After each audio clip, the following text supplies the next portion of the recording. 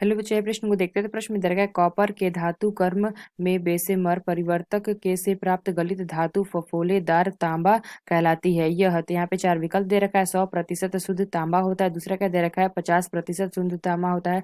तीसरा क्या दे रखा है विलय या वायु में निकलने के कारण फफोलेदार होता है। चौथा क्या दे रखा है विलय SO2 के निकलने के कारण फफोलेदार होता है। आइए मुख्य अवधारणा की चर्चा करते हैं। मुख्य अवधारणा, तो यहाँ से अगर हम देखें तो प्रश्न में क्या दे रखा है कि कॉपर के धातु कर्म में बेशेमर परिवर्तक से प्राप्त गलित धातु फफोलेदार तांबा कहलाती है।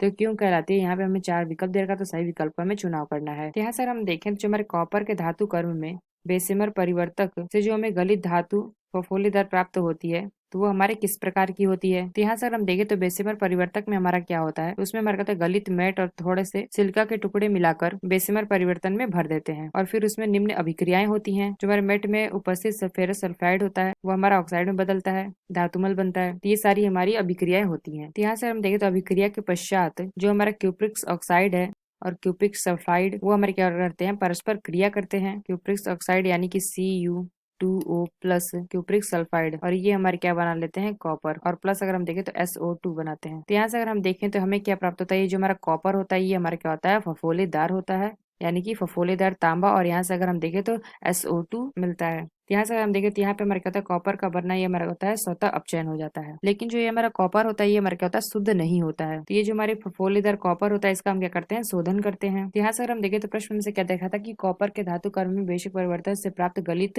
धातु फफोलेदार तांबा कहलाती है। तो किसके वजह से कहलाती है, तो ये हमारा कहलाता है विलय SO2 के निकलने के कारण। इसी कारण हमारा क्या होता है ये हमारा फफोलेदार हो जाता है। तो यहाँ से अगर हम देखें तो इसमें हमारा जो SO2 का मात्रा घुला हुआ होता है उसको अगर हम ठंडा करते हैं तो ठंडा करने के बाद हमारा क्या होता है जो हमारा SO2 है ये हमारा क्या होता है बुलबुले के रूप में बाहर निकलती है, यानी कि SO2 सल्फर डाइऑक्साइड बुलबुले के रूप में बाहर निकलती है, तो फफोलेदार तांबा कहलाती है। तो यहाँ से हमने क्या देखा कौन सा विकल्प हमारा सही होगा, जो मैं डी विकल्प दे रखा है विलय SO2 के निकलने के कारण फफोलेदार होता है।